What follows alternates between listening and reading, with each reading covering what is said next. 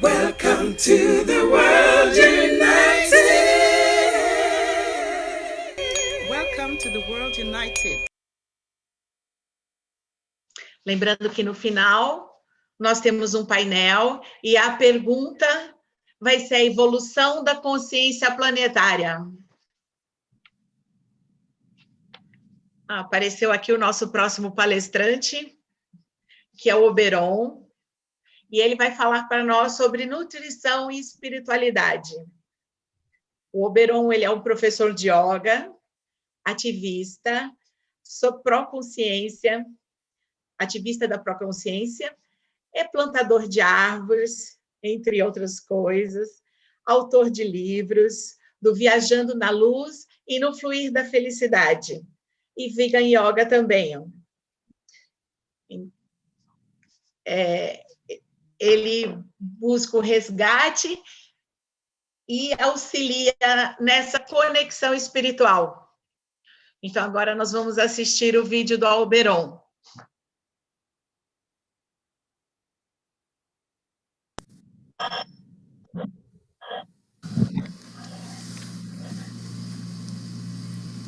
Namastê, eu sou Oberon, sou professor de yoga e venho tratar do tema nutrição e espiritualidade. Bom, é sabido que a espiritualidade se relaciona com tudo na nossa vida. Basicamente, a gente não pode separar nada da espiritualidade. E existe algo que praticamente tem relação com todos os dias da nossa vida, que é a alimentação, né? Então, esses elementos observantes, as coisas que a gente faz no nosso cotidiano, precisam estar alinhados com aquilo que a gente acredita, com aquilo que a gente fala, né? Para que haja coerência. Essa coerência, naturalmente, ela tem relação com a nossa conduta espiritual, que é a verdade, né? Estarmos alinhados com a verdade. E bom, falando da nutrição, eu vou correr um pouquinho nessa parte dos elementos, das qualidades da matéria, e em seguida eu vou entrar em aspectos mais ligados a essa nossa jornada, esse olhar espiritual do alimento, da alimentação, tá? Então, a gente tem qualidades da matéria dentro do yoga, chamado gunas, que estão dispostos em 3 qualidades particulares, que são junções de elementos da natureza. Então temos tamas, rajas e sattva. Esses 3 dizem respeito à manifestação de energia, manifestação de prana, né, em cada um deles. E o que cada um deles representa na parte anímica, na parte do nosso temperamento, na parte da nossa resposta.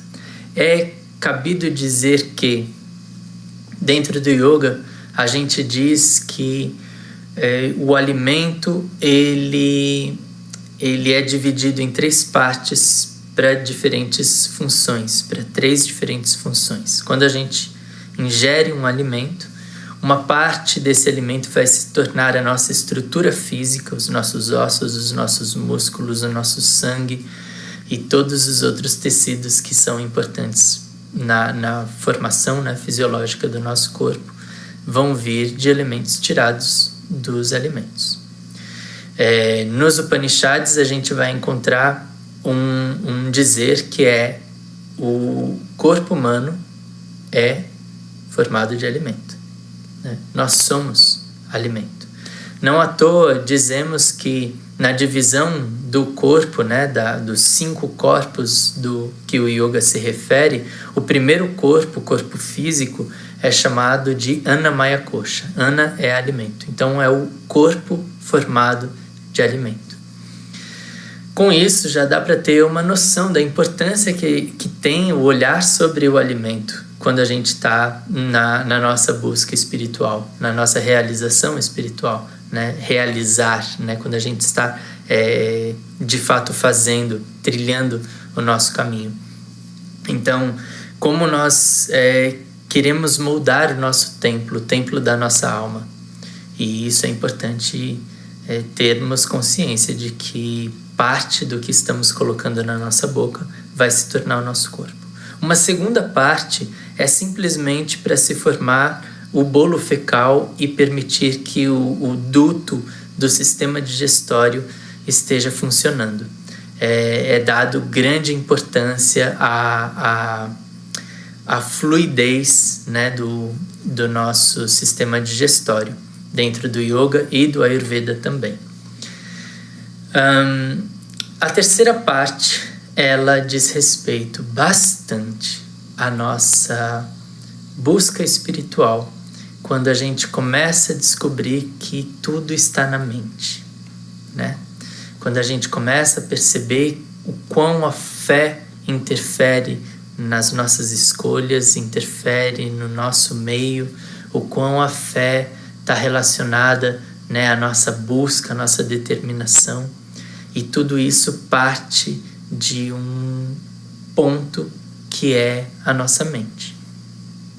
Dentro do yoga, isso também é subdividido, mas aqui eu vou falar de maneira geral a nossa mente. E aí, essa terceira parte do alimento é responsável pela atividade mental, pela criação e formação dos nossos pensamentos. Então, imagine a importância que tem o alimento no nosso caminhar, né?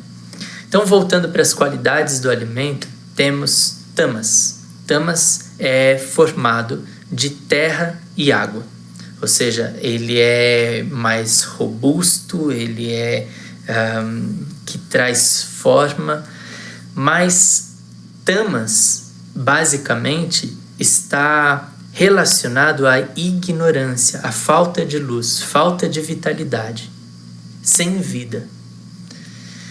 Então, os alimentos que representam tamas são os alimentos mortos, alimentos podres, alimentos que estão em estado de putrefação. Logo, dentro do yoga, nós vamos observar que a maioria dos shastras, das escrituras sagradas, se referem à alimentação do yogi, uma alimentação que não envolve pedaços de animais. Porque a partir do momento que o animal morreu, a partir do momento que aquela alma se desprendeu daquele corpo, naturalmente os compostos químicos vão acionar o processo de deteriorização desse corpo. E fungos e bactérias começam a agir na decomposição dessa matéria. Então, por mais conservado que esteja no refrigerador, ele está sim em processo de putrefação, de apodrecimento. Mais lento, mas sim, está em curso. Com isso, nós estamos nos alimentando de compostos de morte, né, que envolve falta de vitalidade, falta de prana. E lembrando que esse alimento, né, dito alimento, ele vai fazer parte do nosso corpo. E ele, de alguma forma, tira a nossa vitalidade. E também vai fazer parte dos nossos pensamentos. E, de alguma forma, vai levar para os nossos pensamentos a letargia, vai levar para os nossos pensamentos, às vezes, desejos de morte, né, que envolve violência, que envolve medo, especialmente medo. Então, há de se ter cuidado com esse tipo de alimento que colocamos dentro da gente. Não à toa, temos muitas guerras no mundo, muita violência. Até na menor das cidades existe episódios de violência. E não à toa, não coincidentemente, as pessoas, na maior parte das vezes, consomem pedaços de animais. Dentro da estrutura daquele animal existe uma memória celular, né? Ele tem registrado no corpo dele tudo o que ele viveu. Então, se ele foi explorado, se ele foi torturado e a forma com que ele morreu, diz respeito tem grande relação com o que vai promover cognitivamente nos nossos processos mentais. A segunda forma é Rajas. Rajas tem relação com excitação, com inquietação, com o modo da paixão. Rajas está relacionado com fogo e água. É o tempo todo o conflito, a agitação, o dinamismo. Mas também Rajas tem muita relação com reatividade, com raiva, né? E com violência, consequentemente. E esses alimentos rajásicos também passam por esse lugar dos alimentos mortos, mas também dos alimentos que excitam, muito temperados, e geralmente não se come carnes, né, sem tempero. Então, quase que uma coisa está ligada à outra. Mas também energéticos, cafeína e essas coisas são considerados alimentos rajásicos, industrializados no geral também. A terceira parte é sattva.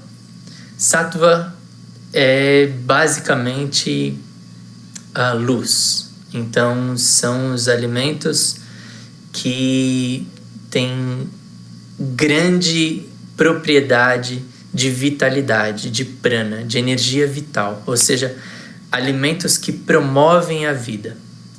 E geralmente são alimentos que promovem também no ser humano mais tolerância, mais carinho, agradabilidade, benevolência, né, gentileza. Tudo isso tem relação com essa forma de se alimentar. E essa forma de se alimentar está ligada principalmente às frutas, às castanhas, né?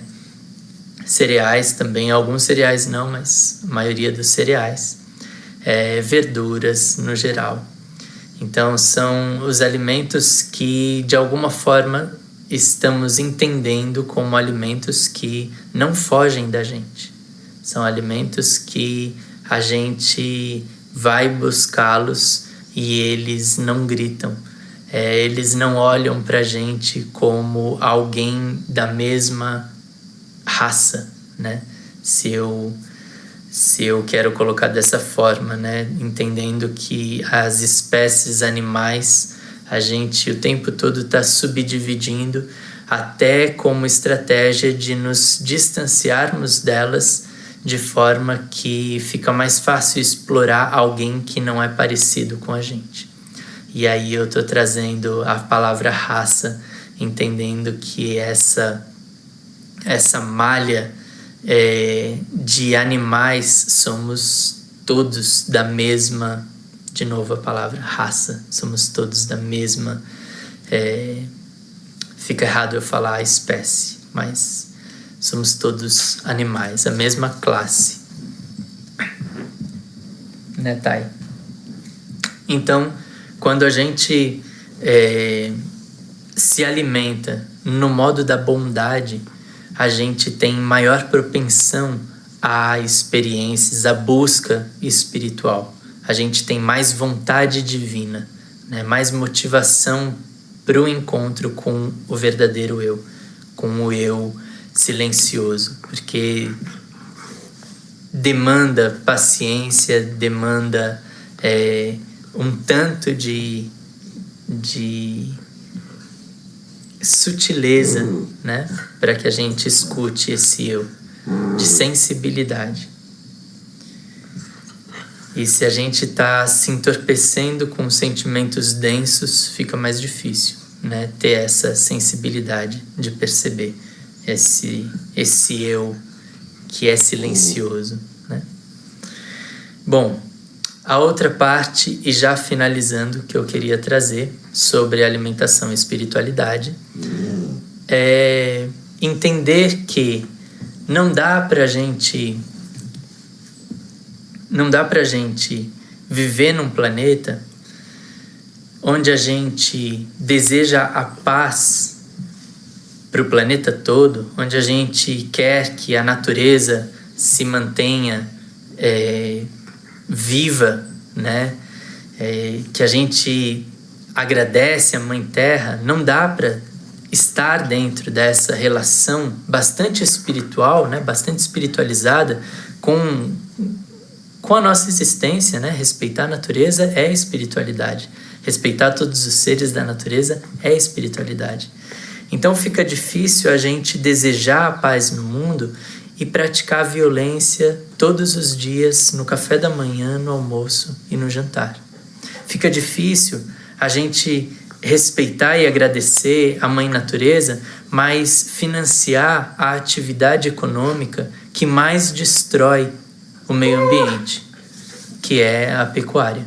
E isso vale para a pecuária leiteira também, né? Então, todos os produtos de origem animal, no geral, em especial